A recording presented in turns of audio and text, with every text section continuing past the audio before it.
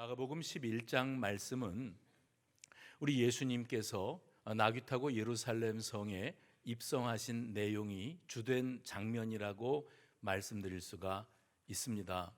우리 예수님께서 예루살렘 성에 입성하실 때 그 1절 말씀 보시면 감람산 벳바게와 베다니에 당도하셔서 제자들 가운데 몇 사람을 건너편 마을로 보내셨다 했습니다. 저들이 건너편 마을로 가서 우리 예수님 명하신 대로 그 아직 아무도 타보지 않은 새끼 나귀를 끌고 와서 예수님을 거기에 태우고 예루살렘 성에 입성하도록 이렇게 되어져 있습니다. 그런데 여러분, 오늘 본문 말씀을 이렇게 보시면 예수님께서 예루살렘 성에 입성하실 때 많은 사람들이 잘 아시죠? 겉옷을 벗어서 예수님 타신 나귀가 걷는 그 길에 펼쳤고, 또 많은 사람들이 나뭇가지를 꺾어서 예수님 가시는 그 길에 흔들면서 이렇게 외쳤다는 겁니다. 호산나 찬송하리로다. 주의 이름으로 오시는 이여 찬송하리로다. 오는 우리 조상 다윗의 나라여 가장 높은 곳에서 호산나 하더라. 예수님의 그 예루살렘 성 입성은 대단했습니다. 물론 이 모든 것들이 다 상징적인 메시지가 있는 것이었습니다마는 예수님께서 이렇게 예루살렘 성에 들어서신 다음에 그날 예수님이 나귀 타고 들어서신 날 예루살렘 성을 그리고 성전을 이렇게 둘러보셨다 그랬어요. 11절 말씀 한번 보시죠. 11절에 보시면 예수께서 예루살렘에 이르러 성전에 들어가사 모든 것을 둘러보시고 때가 이미 저물매 12제자를 데리시고 베다니에 나가시니라 그랬습니다. 이게 이제 첫째 날 있었던 일입니다. 예수님께서 이제 예루살렘에 들어가셔서 예루살렘 성의 형편을 살피시고, 그리고 그 예루살렘 성전에서 일어나고 있는 일들을 살펴보시고, 그리고 다시 베다니로 제자들과 함께 이제 철수하신 겁니다. 이제 돌아오신 다음에 그 다음 날 하루가 지나서 다시 예수님께서 베다니에서 예루살렘으로 향하여 다시 들어가십니다. 들어가실 때 어떤 일이 있었는가 하면 무화과 나무를 발견하십니다. 예수님이 시장하셨는데 이 시장길을 해결하기 위해서 한 무화과 나무가 눈에 띄었다는 거예요. 그 눈에 띈 이유는 뭐냐면 그 무화과 나무는 이파리가 무성했답니다. 그래서 예수님께서 다가서셔서 이파리를 들춰봤는데 거기에서 열매를 찾아볼 수가 없었더라 그랬습니다. 그런데 거기 13절 말씀해 보시면 부연 설명이 되어져 있습니다. 뭐라고 되어져 있는가 하면 이때가 무화과 나무에 열매가 없었던 것은 무화과의 때가 아님이라. 무화과의 때가 아님이라. 모든 과일들이 다 계절이 있는 거 아시지요? 여러분이 동남아에 가가지고 내가 망고를 먹고 싶다, 두리안을 먹고 싶다, 아무 때나 가가지고 아무 때나 과일 가게 가면 언제나 준비되어 있는 게 아니더라는 거예요. 지난달에 로마에 잠깐 다녀왔는데 저는 이제 여행 프로그램에서 주워 들은 게 있고 본 게 있어가지고 유럽에 가면 납작복숭아다 이래가지고 과일 가게에 가서 납작복숭아를 찾았더니 그 아저씨가 웃으시더라고요. 지금이 때가 어느 때인데 납작복숭아를 찾느냐고.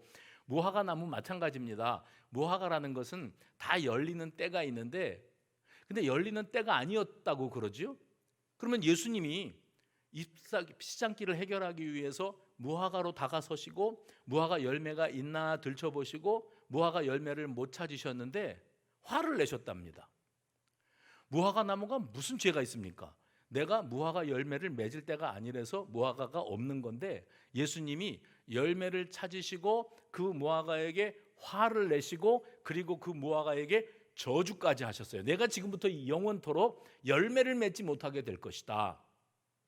그러면 우리가 이 장면을 이렇게 묵상하면서 예수님께서 무언가 열매를 기대하셨다가 열매를 찾지 못하셨으니까 이것 때문에 실망감이 크셔서, 그리고 시장길을 해결하지 못하셔서 화가 나신 김에 그냥 저주를 해버리신 것인가, 이렇게 여길 수도 있겠습니다마는 사실 이 장면과 또 그 뒤 오늘 본문에 예수님께서 성전에 들어가셔서 성전에서 장사하는 이들을 내쫓으시고 상을 둘러 엎으시고 그 다음 장면에 또 무화과 나무 사건이 나와요. 그러면 오늘 예루살렘 성전을 깨끗게 하신 사건의 바로 앞에 무화과 나무를 찾으시고 열매가 없어서 저주하신 장면, 그리고 성전을 깨끗게 하시고 다시 돌아가시는 상황 속에 제자 중에 한 사람이 예수님, 아까 아침에 무화과 나무에서 열매 없다고 화내시고 저주하셨잖아요. 그런데 지금 보십시오, 그 무화과가 뿌리째 말라 죽었나이다, 이렇게 말해요. 그러면 무화과 나무, 우리 표현 방식대로 아무 죄도 없는 무화과 나무 저주하셨고 결국 성전 깨끗게 하신 다음에 나오시다가 그 무화과 나무가 말라 죽은 것을 보셨다. 근데 그 일을 통해서 예수님이 누구든지 믿음으로 기도하면 다 이루어진다는 말씀을 하셨다. 이제 마가가 이렇게 기록을 해나가고 있는데, 가만히 보면 예수님이 성전을 깨끗게 하신 사건을 무화과 나무 사건이 앞뒤로 감싸고 있습니다. 그러니까 이건 뭘 말하는가 하면 분명히 이 두 가지 사건, 무화과 나무를 대하신 예수님의 그 모습과 그 성전에 들어가서 성전을 깨끗게 하신 상황이 어떤 모양으로든지 아주 밀접하게 관련이 있는 장면이라고 하는 것을 우리가 짐작할 수가 있다는 겁니다. 예수님, 아침에 저주하신 무화과가 뿌리째 말라 죽었습니다. 그랬더니 예수님이 하시는 말씀이 하나님을 믿으라. 해봅시다. 하나님을 믿으라.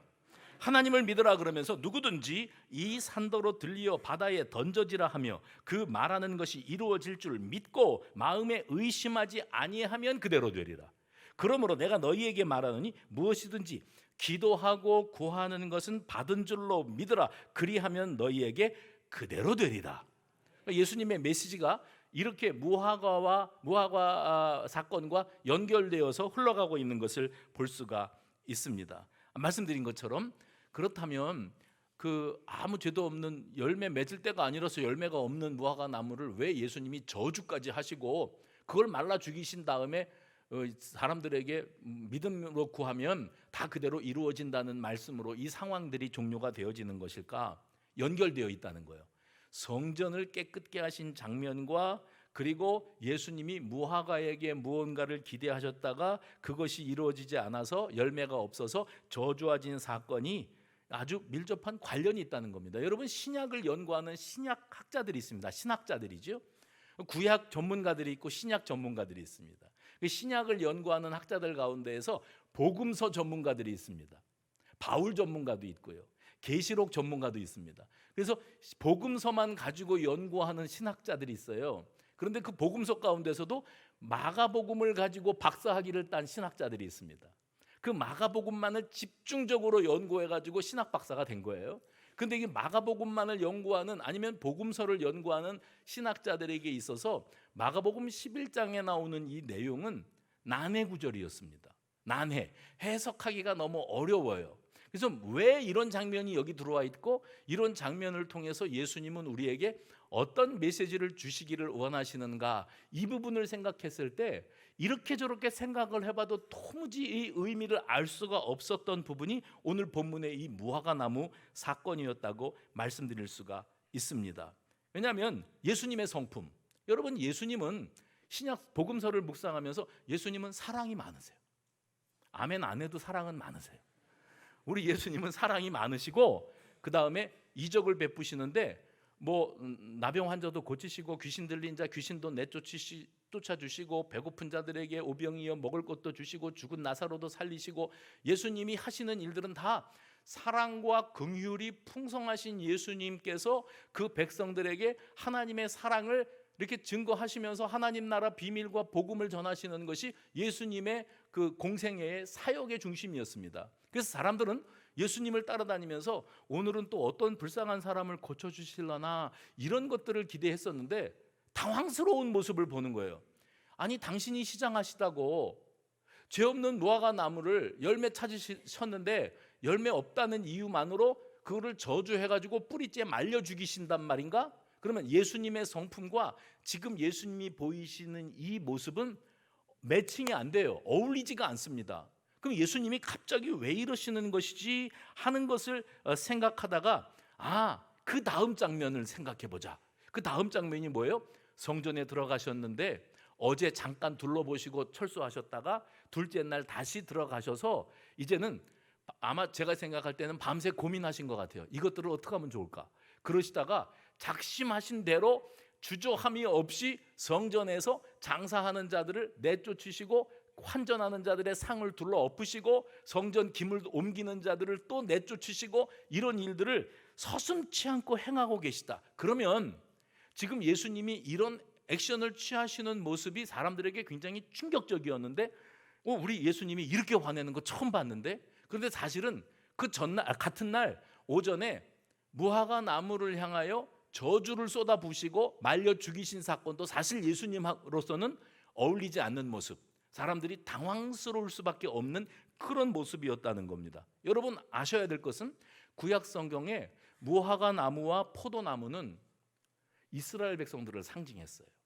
그래서 무화과 나무와 포도나무와 관련된 것을 이렇게 나오면 상징적인 메시지로 나올 때는 이거는 이스라엘 백성들을 빗대어 하시는 말씀이다, 이렇게 이해하셔도 큰 무리가 없습니다. 게다가 구약에서는 나무가 잎이 무성하다, 잎이 무성한 나무다 이런 표현이 나오면 그건 다 이스라엘 백성들이 이마만큼 무궁무진하게 번성하고 있고, 저들이 이렇게 번성하고 있는 것은 하나님과의 관계가 원활하게 잘 돌아가고 있다는 것을 뜻합니다. 하나님이 은혜를 주시고 축복을 주셔서 이스라엘 백성들이 무궁무진하게 번성하는 것을 잎이 무성한 나무까지 이렇게 표현을 했습니다. 반면에 잎만 무성하고 열매가 없는 무화과 나무, 오늘 예수님이 아침에 바라보신 거지요. 이런 나무는 하나님의 관계가 왜곡되어 있고 하나님과의 바른 관계가 세워져 있지 아니하고 이스라엘 백성들을 이끌고 나가야 될 종교 지도자들, 제사장들입니다. 서기관들이고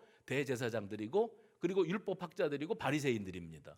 이 사람들이 이 백성들 앞에서 신앙적으로 모범이 되고 이 백성들의 영성을 이끌어가 줘야 되는데, 겉보기에만 화려하고 그럴듯해 보일 뿐 건질 게 없어요.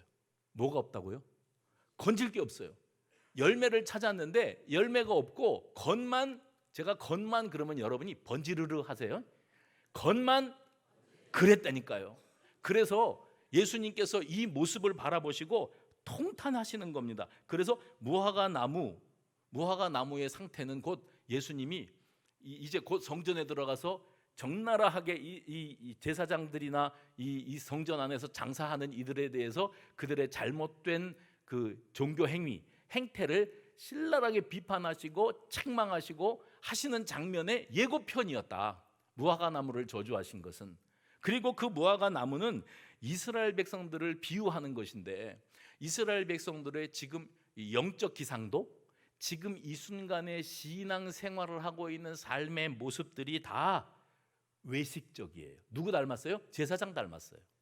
제사장이 제사에 관심이 없고 이 제사 행위를 하러 오는 사람들에게서 얼마나 많은 것을 뜯어낼까, 얼마나 많은 것을 내가 내 이속을 챙기기 위해서 착복할까, 여기에만 관심이 있으니 제사를 받으셔야 될 하나님이, 잘 들으십시오, 제사를 마땅히 받으셔야 될 하나님이 하나님 대접을 못 받고 계시는 거예요.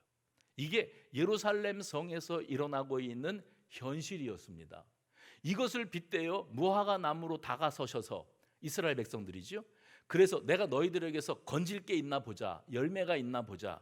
그런데 무화과 나무로서는 열매 맺을 때가 아니기 때문에 열매가 없는 거지만, 예수님은 이 무화과 나무를 이스라엘 백성들로 바라보고 또 영적 지도자들로 바라보고 다가서셔서 너희들에게서 뭘 건질 게 있나 찾아보자 했는데 아무것도 없었다. 예수님이 그것 때문에 화가 나셨다. 그래서 저주하셨다. 그리고 그날 예루살렘 성전으로 들어가셔서 거기서 장사하는 자들을 바라보시면서 그들을 바라보시면서 너무 화를 내시고 그들에게 분노를 쏟아 보이시면서 너희는 열매 없는 무화과 나무들과 똑같다. 누구요?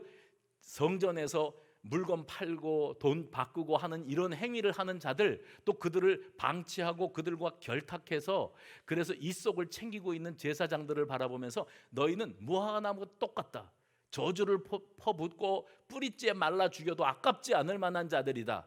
하나님이 너희들에게서 제사를, 예배를 받으셔야 되는데 너희들이 드리는 예배는 형식이고 외식이고 척하는 그럴듯해 보이는 과대포장일 뿐이지 막상 그 예배를 기쁘게 받으셔야 될 하나님은 아무것도 건지시는 게 없다.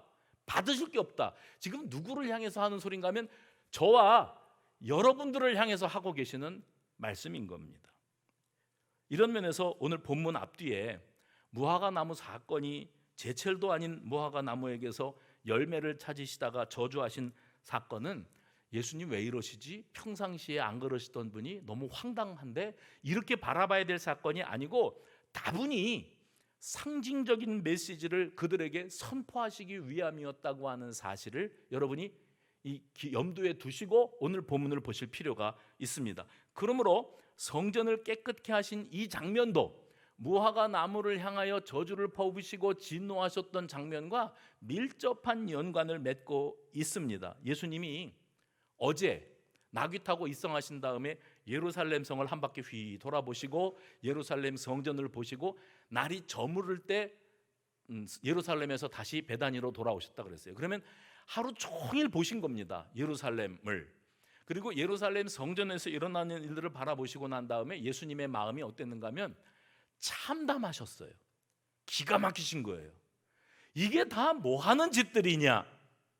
예수님께서 너무 실망하시고 그리고 마음이 아프셔서 그 참담한 마음을 금할 길이 없습니다. 왜요? 이 백성들의 삶이 지금 지극히 형식적이고 외식적인데 이 형식적이고 외식적인 알맹이가 없고 본질에서 떠난 이 형식주의 신앙이 어디서부터 시작되는가 하면 성전, 이 하나님 앞에 제사 드리는 자리에서부터 지극히 형식적이고 외식적인 일들이 버젓이 아무렇지도 않게 자행되고 있다는 사실, 이것으로 말미암아 예수님이 진노가 끓어오르셨다는 겁니다. 그래서 예수님이 성전에 들어가시면 어제 본 장면들, 다 기가 막힌 장면을 보고 나오셨지요. 이제 또 내가 예루살렘으로 들어가면 이제 그 상황이 어제도 그랬으니 오늘도 그러고들 있을 것인데, 가시기 전에 예수님이 아침에 베다니에서 나오시다가 무화과 나무를 보시고 열매를 찾으시는 모습, 이거를 통해서 이 모습을 제자들과 백성들에게 보여주시면서 이제 앞으로 일어날 성전 정화 사건의 예고편을 미리 보여주시는 거예요. 입만무성하고 열매는 찾아볼 수 없는, 제가 지금 몇 번 반복했습니다마는 형식주의, 외식주의, 그리고요 우리의 신앙이라는 것이 보여주기식 신앙. 해봅시다. 보여주기 신앙. 남들에게 과시하고 보여주는 것에 치중하지. 우리 금요일날 기도할 때마다 그러잖아요. 하나님을 의식하고 하나님 두려운 줄을 알아야 되는데 하나님은 생각지도 않고 사람들이 지들끼리 모여 앉아갖고 어쩌면 집사님은 그렇게 믿음이 좋으세요, 그렇게 봉사를 열심히 하세요, 기도를 열심히 하세요, 예배 자리 빠지지를 않으세요, 주일마다 따박따박 나오세요, 얼마나 믿음이 좋으신지. 예수님이 나도 동감 그러실까요? 그건 니들끼리 하는 소리고 나는 너희들에게서 열매를 본 적이 없다. 내가 너희에게서 하나님 대접을 받아본 적이 없어. 그래서 참담하신 거예요. 자기들 딴에는 지금 제사 드리려고 성전에 모여 있는 겁니다. 근데 성전에서 하는, 용서하십시오, 짓거리들을 보면 기가 막히신 겁니다. 그래서 예수님께서 부하가 끌어오르시는 거예요. 형식주의, 외식주의, 보여주기식 신앙. 저는 근래 들어서 자꾸 여러분에게 이걸 강조합니다. 자아도취 신앙, 허세 신앙, 거품 신앙, 어깨 너머 신앙. 자아도취 신앙, 허세 신앙, 거품 신앙, 어깨 너머 신앙. 남들이 그렇다니까 그런가 보다, 하나님이 있다니까 있는가 보다, 아멘 하는 거 보니까 나도 아멘 해줘야 될 것 같은가 보다, 성도의 교제를 나누어 내가 이 교회에서 따돌림을 안 당하겠구나. 그게 다 알맹이가 빠진 신앙생활이에요. 예수님을 만나야 됩니다. 주님을 어깨 너머로 배우지 마시고, 허세, 안 믿어지는데 믿는 신용하고 살지 마시고, 주님을 제대로 만나시되 어느 날 말씀을 묵상하고 말씀을 듣는 가운데 하나님이 나를 이처럼 사랑하신 그 사랑이 내 가슴 속을 뚫고 훅 들어와야 돼요. 찬양 부르다가 맨날 부르는 그 찬양, 그 가사인데 어느 날은 그 찬양을 부르는데 내가 감격이 되고 이 가사가 구구절절이 내 얘기가 되어서 하염없이 눈물이 흐르고 두 손이 저절로 올라가고 찬양을 부르는데 그렇게 은혜가 되는 날이 훅 하는 감동이 들어, 그걸 감격이라고 그러거든요. 해봅시다. 감격. 신앙생활을 이렇게 물에 물 탄 듯이 맹숭맹숭하고 의자만 대피다가 돌아가지 말고 한 번을 예배를 드리고 한 번을 말씀을 들어도 내 말씀, 이건 내 말씀이다, 내가 오늘 이 말 들으려고 왔구나, 이런 충격과 감동과 감격이 있을 때 그 신앙이 제대로 된 신앙, 살아있는 신앙이에요. 근데 사실 신앙은 얼마든지 흉내낼 수 있어요. 믿는 척, 예수 잘 믿는 척, 그리고 사람들 만나는 재미가 참 괜찮아요. 내 달란트, 재주를 자랑하는 것도 참 괜찮아요. 많은 사람들에게 인정받고 칭송받는 재미로 나와요. 하나님은 안 보여요. 하나님은 모르겠어요. 성령님이 뭔지도 모르겠어요. 이제 한꺼풀을 벗을 때가 왔습니다. 이제 말씀 속에서, 찬양 속에서, 기도 속에서 하나님께서 우리에게 은혜를 쓰나미처럼 덮어주시고 감격 가운데에서 감당할 수 없는 은혜를 경험하는 저와 여러분이 되어지시기를 바랍니다. 근데 하나님께서, 예수님께서 이 성전에 들어와 가지고 그 사람들 자기 도취 신앙, 어깨 너머 신앙, 허세 신앙, 거품 신앙, 그런 신앙생활 하면서 얼마나 예수님을 기가 막히게 했는지, 잎만 무성한 무화과 나무가 그럴듯해 보이기는 하지만 사실 열매는 없는 것과 다를 바가 없는 모습이 바로 그들의 모습이었다 그랬어요. 그런데 오늘 본문 앞 14절을 말씀해 보시면 마지막 구절이 이랬습니다. 그의 제자들이 들었더라 그랬습니다. 뭘 들어요? 예수님이 무화과 나무를 향해서 저주하시는 소리를 들었다 그랬습니다. 이 말은 무화과 나무 사건이 예루살렘 성전에 들어가서 이 성전에서 장사하는 장사치들을 내쫓는 사건과 어떤 모습으로든지 연계되어 있다는 사실. 그래서 앞서 무화과 사건에서는 들었고, 이제 성전을 깨끗게 하신 사건을 통해서는 목격, 보았고, 듣고 보는 과정을 통해서 이 제자들이나 예수님을 따르는 자들이 충격을 받는 이 충격 효과가 있는 겁니다. 오늘 예수님이 이렇게 성전을 돌아보시고, 그리고 하룻밤을 베다니로 철수해서 주무시고 그 다음 날 예루살렘으로 또 들어가시다가 무화과 나무, 그 다음에 성전 정화, 그 다음에 무화과 나무 말라 죽는 사건, 그리고 그를 통해서 기도하는 것이 얼마나 중요한 일인지에 대해서, 믿음으로 하는 기도에 대해서 메시지가 이어지는 게 마가복음 11장이라 그랬죠. 아까도 말씀드렸습니다마는 예수님이 첫째 날 나귀 타고 입성하셨다가 하루 종일 예루살렘을 휘 둘러보시고 집으로 가셔서, 베다니로 가셔서 그 밤에 잠이 오셨을까 생각해 보십시오. 예수님이 하도 기가 막히고 부하가 끌어올라서 그래서 밤새 한잠도 못 주무시지 않으셨을까라고 저는 상상을 해봅니다.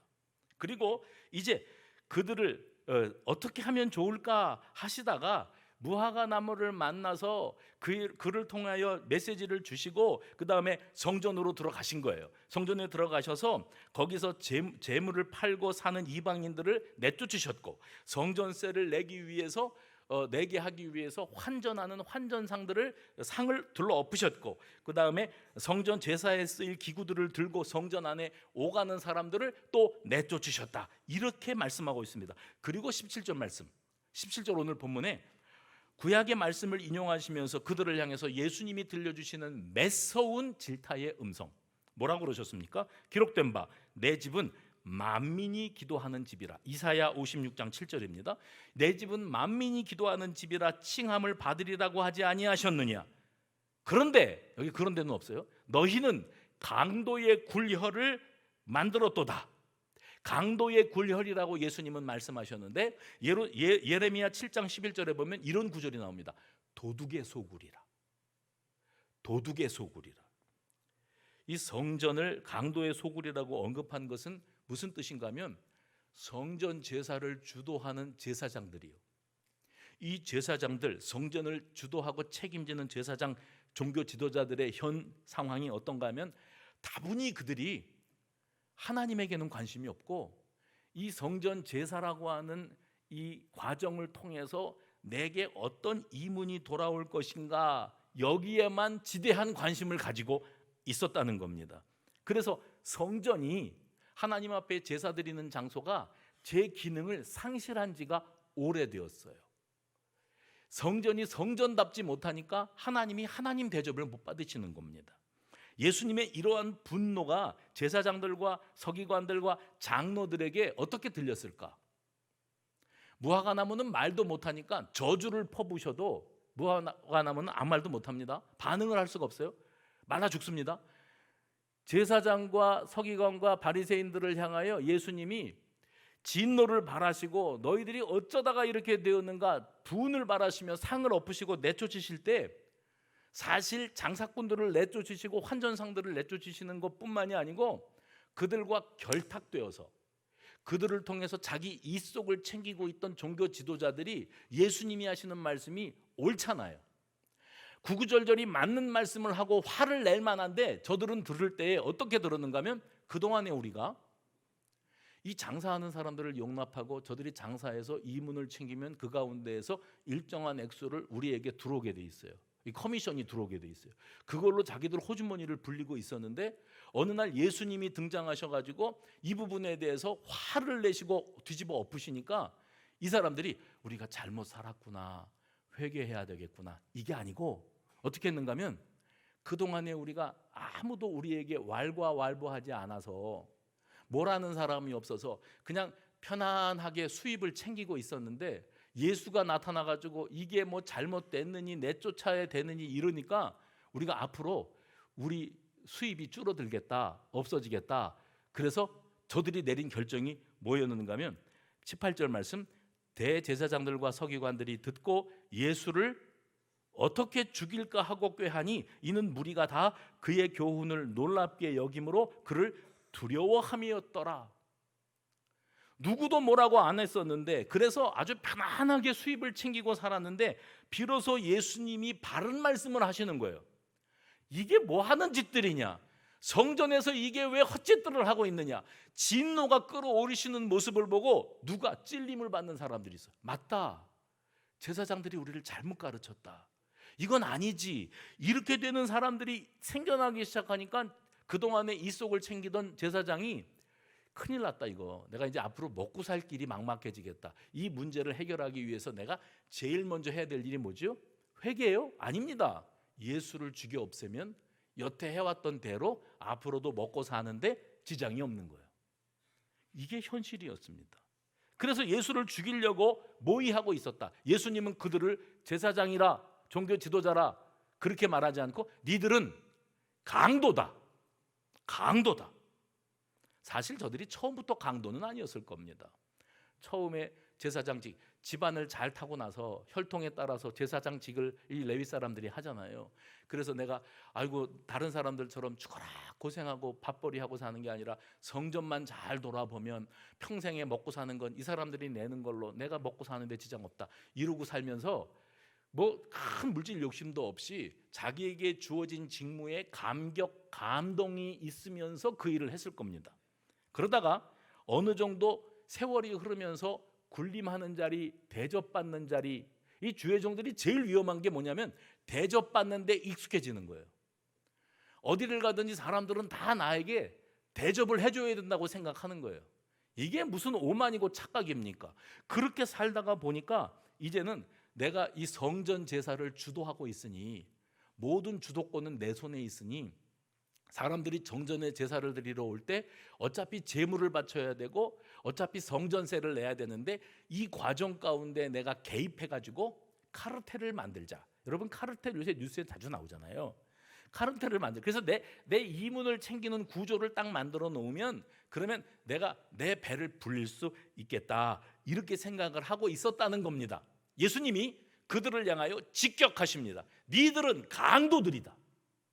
오늘 본문에 17절에 강도의 소굴 이렇게 나오는데 헬라어 원문에 보면은 스페라리온 레스톤 이렇게 되어 있습니다. 그 레스톤 강도인데 강도라고 번역하면 안 돼요. 왜냐하면 이 단어가 복수형입니다. 그러니까 강도들의 소굴 이렇게 번역하는 게 사실은 더 옳습니다. 그런데 다시 말하면은 강도들의 소굴은 강도 때의 소굴이고 저는 오늘 말씀의 제목을 뭐라고 잡았냐면 때강도의 소굴을 만든 자들. 때강도의 소굴을 어디를요? 성전을. 하나님 앞에 예배드리는 거룩한 장소가 때강도의 소굴이 되었어요. 누가 때강도입니까? 거기 제사장이 강도예요. 그것과 결탁해가지고 장사해서 이문 남기는 것들이 강도예요. 제사장님을 잘 구슬러가지고 이렇게 환전해가지고 내가 이 환전해 보셨죠? 예? 살 때는 얼마, 팔 때는 얼마. 그러는 과정 가운데서 은행이 우수리를 띱니다. 환전이라는 게 그런 겁니다. 그러니 이방 땅에 살던 사람들이 이 예루살렘의 절기 제사를 드리러 오면 자기들이 가지고 있는 건 외국 돈인데 여기서는 여기 돈으로 내야 된다는 거예요. 그러면 자기들 가지고 온 돈 어차피 이 돈으로 바꿔서 내야 되는데 바꾸는 과정 가운데 많은 이 우수리를 남기는 겁니다. 그래서 남기잖아요. 환전상들이 돈이 많이 챙겨지면 그 중에서 그거를 그 자리에서 장사 환전하도록 허락해 준 제사장님께 일정액을 띄워주게 돼 있어요. 이게 커넥션이고 이게 카르텔 아닙니까? 이런 관계성을 맺고 있는 모습을 예수님이 모르시잖아요. 왜냐하면 전날 나귀 타고 입성하셔서 휘 돌아보시면서 이것들이 지금 이런 짓거리들을 하고 있구나. 하나님의 전에서 하나님한테는 관심도 없고 하나님은 제대로 된 대접도 못 받으시고 자기들끼리 아주 죽이 잘 맞아 떨어지고 북치고 장구치고 아주 먹고 살 궁리들만 하고 있구나. 이것이 예수님께서 진노하시게 된 근본 원인입니다. 오늘 여기 본문에 매매하는 자들이라 돈 바꾸는 자들이 나오고 비둘기 파는 자들이 나와요. 한번 보십시오. 매매, 돈 바꾸는 자, 비둘기 파는 자, 뭐 냄새가 좀 나지 않습니까? 돈 냄새가 풀풀 나지 않습니까? 만민이 기도하는 집, 하나님께 집중해야 되는 장소에 모여가지고 돈 냄새, 물질, 숭배주의, 우상, 육체의 욕망이 가득한 냄새들을 풍기고 있으니까 돈 때문에 거룩해야 될 성전이 때강도의 소굴로 바뀌어지고 말았다는 거예요. 제사장들이 처음에 제사직을 맡았을 때부터 내가 이제 제사장이 됐으니까 한몫 챙겨볼까 그랬을까요? 아니요. 세월이 흘러가면서 처음에는 감격도 있고 은혜도 받고 정말 하나님 앞에 잘하고 싶었겠지요. 세월이 흘러가면서 이제는 그 마음, 경외심이라는 게 다 무뎌지게 되고, 그러니까 이런 소리를 들으면 자신을 자꾸 생각해 봐야 됩니다. 경외심, 하나님 두려운 줄을 아는 마음들이 사라져 버리고, 그리고 뭐라고 말하는가 하면 자기 합리화죠. 남들도 다 그러고 사는데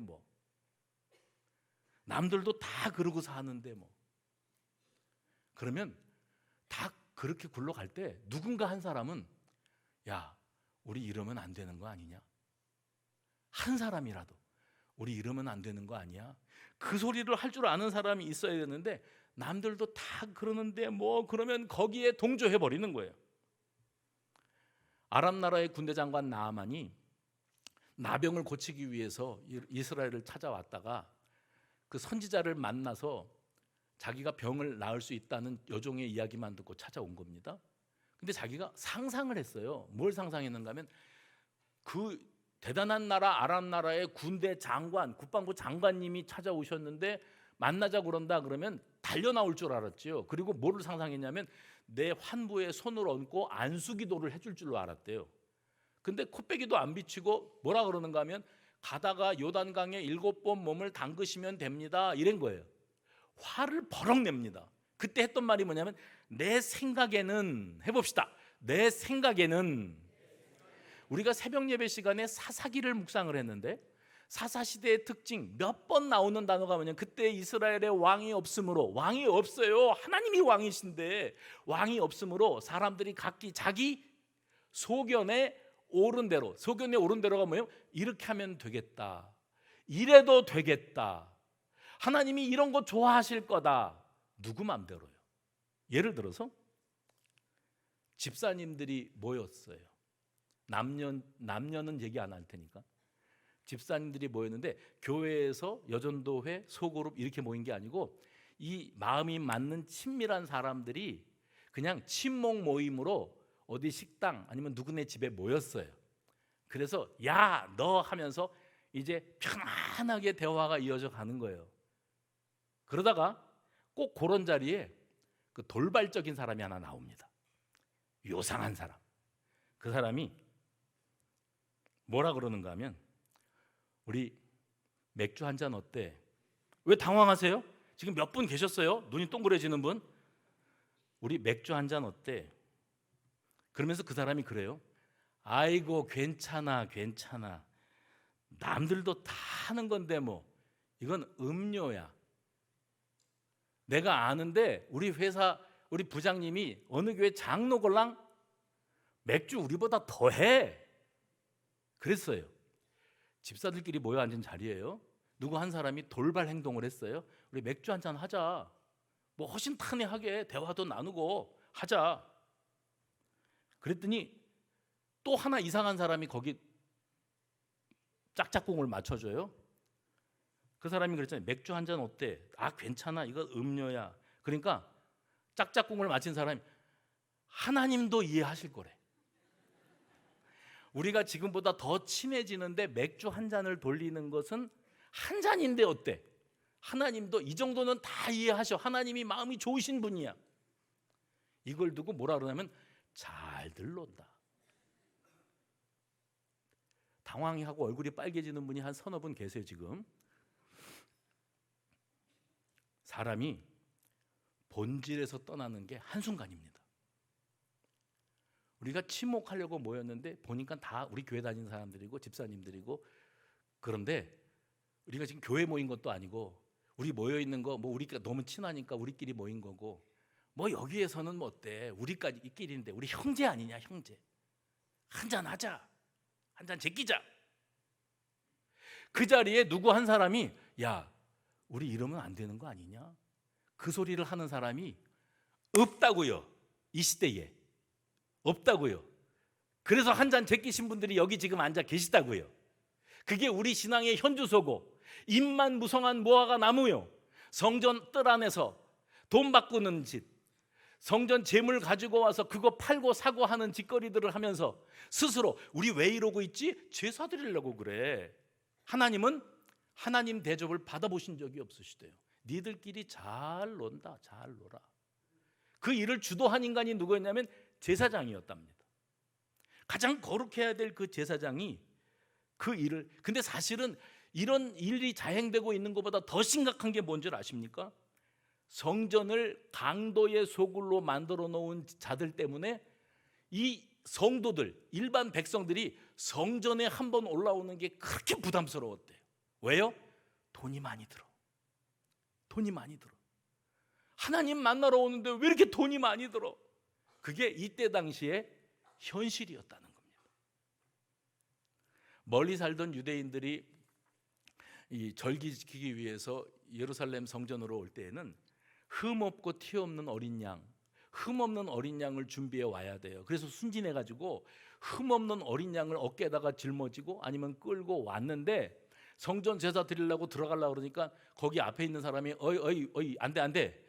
그래서 왜요? 그랬더니 이 양은 내가 보니까 흠이 많구먼. 이런 걸로 제사 드리려고 그랬어? 안 돼. 나가. 이걸로는 안 돼. 그러면 어떡하라고요? 저기서 팔잖아. 요새 돈이 있으면 다 돼. 돈만 갖고 오면 돼. 아, 그런 방법이 있었구나. 그 멀리서 오면서 그 재물을 끌고 오느라고 죽어라 고생했는데 돈만 갖고 오면 여기서 사 갖고 바치면 되는구나. 근데 거기서 준비되어 있는 재물들은 그 흠이 없고 그 티가 없는가? 아니요, 그것들도 문제가 있는데, 그거는 왜냐하면 제사장이 이거는 흠 없는 것임, 이건 제물로 합당함, 공인을 받은 거예요. 그래서 그거 받아가지고 그거 끌고 들어가서 제사 드렸어요. 그래서 양 한 마리 팔았어요. 2마리 팔았어요. 10마리 팔았어요. 이득이 챙겨졌어요. 여기 순수익에서 몇 프로는 띄워줘야 돼. 누구한테요? 제사장한테. 이거 카르텔이라니까요. 환전. 외국에 살다가 자기네 나라 돈 갖고 왔는데 그거 갖고 어떻게 제사 성전세를 내? 여기 돈으로 내야지. 그럼 바꿔주실래요? 그래, 바꿔줄게. 그러면서 이문을 남긴 사람들이 그 제사장한테 갖다 바치는 거예요. 이런 일들이 일어나고 있는 것을 바라보면서 예수님께서 기가 막히셨겠죠. 이게 뭐 하는 짓이냐? 때강도의 소굴을 만들어 놓은 것 아니냐? 여러분, 요즘에 보는 구약 새벽 예배 시간에는 제가 자꾸 새벽 예배 시간에 하는 건 찔리라고 하는 소리예요. 근데 이 시대의 성도들은 아무렇지도 않아. 새벽 예배에는 그런 말씀을 나누는가 보지. 나는 워낙에 새벽에는 못 일어나. 난 새벽 예배하고 관계도 없어. 언제 한번 하나님께서 밤을 꼴딱 새게 하시는 날이 올 겁니다. 내가 왜 오늘 밤에 잠이 안 오냐? 어저께 커피를 많이 마셨냐? 아니요. 새벽 예배 보내시느라고. 그래 4시 반이 됐는데도 왜 이렇게 잠이 안 오냐 그러고 눈만 꺼무럭거리고 있지 말고 제발 옷 챙겨 입고 한 번 와보세요. 사무엘상 말씀에 한나와 엘가나라고 한 사람이 있었는데 아기가 없었다. 하나님 앞에 서원 기도했다. 하나님이 기도를 들어주셨다. 그래서 서원을 이행하느라고 사무엘을 엘가나가 하나님 앞으로 이렇게 데리고 가서 하나님 앞에 성전에 바치는 장면이 나옵니다. 근데 그때의 사무엘상 2장에 보면 이렇게 돼 있어요. 그 아이는 제사장 엘리 앞에서 여호와를 섬기니라. 11절에 그렇게 되어 있지 않습니까? 근데 그 다음 장면에 뭐라고 기록되어 있는가 하면 이 사무엘이 어린 나이에 성전에서 제사장을 섬기고 있을 그 무렵에 그때 당시에 성전의 상황이 어떤 상황이었는가, 이걸 보여줍니다. 근데 그때 당시에 성전의 상황이 어떤 상황이었는가 하면 엘리 제사장에게 2 아들이 있었어요. 근데 이 2 아들이 이 행실이 나빠 여호와를 알지 못하더라, 이렇게 돼 있습니다. 여호와를 알지 못한 것이 행실이 나빠서가 아니라 여호와를 모르기 때문에 몰라서 그러고 살고 있었어요.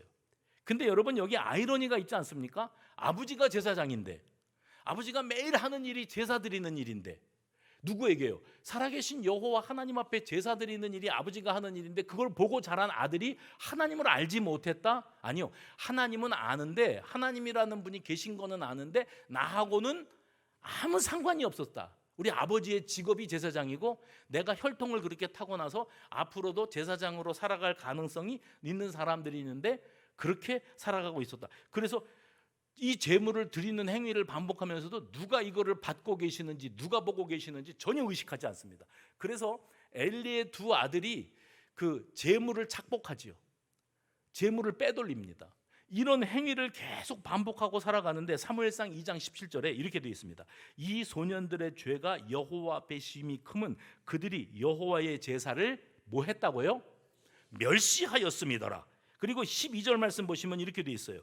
제사장의 아들들은 애초에 여호와를 알지 못하였고 17절에 그들은 여호와의 제사를 멸시하였다. 제사보다, 우리 속담이에요. 제사보다 뭐에 관심이 더 많아요? 제밥에 더 관심이 많다는 말이 있는 것처럼 오늘 이 엘리 제사장의 아들들은 아버지가 하는 제사 행위를 자기들의 수익을 챙기는 수단으로만 여겼지 그 제사를 받아 합당하신 여호와 하나님 앞에 산 제사를 드리는 일에는 전혀 관심이 없었다는 거예요. 교회 안에도 초심을 버리고 자신도 모르는 사이에 이 거룩한 장소를 강도의 소굴을 만들고 있는 이들이 있습니다. 그들의 관심은 살아계신 여호와 하나님 앞에 있지 않습니다. 어떻게 하면 하나님을 기쁘시게 할까? 작년 2023년에 내내 제가 이 말씀을 드렸어요. 어떻게 하면 하나님을 기쁘시게 해드릴 수 있을까? 지금 이 순간 하나님이 원하시는 것이 무엇일까? 주님이시라면 어떻게 하셨을까? 이것을 생각할 줄 아는 사람이 없었어요.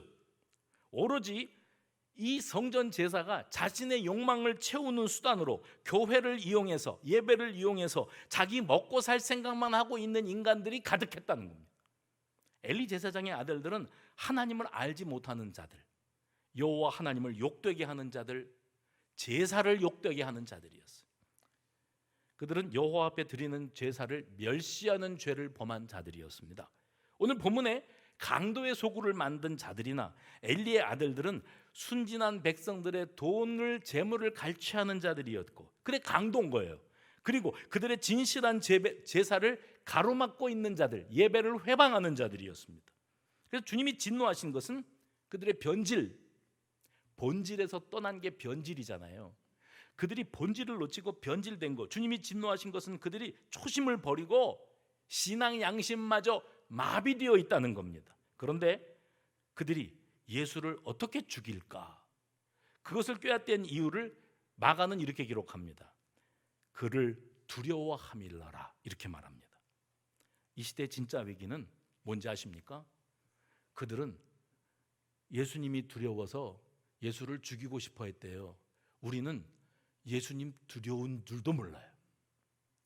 그 책망을 받고 그 곤욕을 치르고 하나님의 진노를 사면서도 지금 하나님의 심정이 어떠하시겠는지에 대해서 전혀 관심이 없습니다. 언제부턴가 복음이 값싸게 여겨지고 믿는 이들은 예수 믿는 것이 성공의 비결이고 축복의 비결이고, 그래서 예전에 우리 텐트 치고 가만히 깔고 예배드리던 시절이 있지 않습니까? 그때 단위에서 목사들이 뭐라고 설교를 했냐면, 예수 믿고 복 받으라고, 예수 믿으면 애들이 대학을 간다고, 대기업에 취직을 한다고, 병을 고친다고, 집이 빠진다고, 딸이 시집 간다고. 그러니까 아멘 아멘 아멘 아멘, 나 복 받는다는데 행복하지 않은 사람이 어디 있어요? 복음을 값싸게 전파했어요. 그리고 지금도 샤머니즘적으로 토속신앙처럼 치성을 쌓잖아요. 비나이다 비나이다, 이런 신앙으로 주님을 찾아요. 주님, 나 복 받으려고 왔어요. 병 고쳐주세요, 병 고쳐주세요, 돈 좀 주세요, 취직시켜 주세요, 장가 보내주세요. 그러려고 여기 앉아있는 이들이 다 뭐냐면 복음을 너무 값싸게 여기고 있는 거예요. 책임은 주의 종들에게 있습니다. 예수 믿으면 복 받으니까 교회 나와서 자리 채우라고, 헌금 많이 하라고. 지금 우리 주님께서 통탄해 하시는 거예요. 본질은 예수의 십자가예요. 할렐루야. 본질은 예수의 십자가입니다. 나를 기꺼이 내어주시고 생명을 살리고자 거기 십자가에 달리신 하나님의 사랑이 우리가 모이는 이 장소의 이유요 본질인 줄로 믿으시기를 바랍니다. 근데 우리는 사람을 예배하러 모이는 경우가 있어요. 사람을 예배하러 오는 데가 아닙니다. 돈을 숭배하러 오는 데가 아닙니다. 내가 원하는 것을 쟁취하기 위하여 여기 와 앉아 있는 게 아닙니다. 거룩한 성전 예배를 강도의 소굴, 때강도의 소굴로 만들어버린 자들을 몰아내시고 오로지 우리의 본질인 순수복음, 따라합시다. 순수복음, 십자가복음, 순수복음, 십자가복음만을 붙드는 저와 여러분 되시기를 주의 이름으로 축원합니다.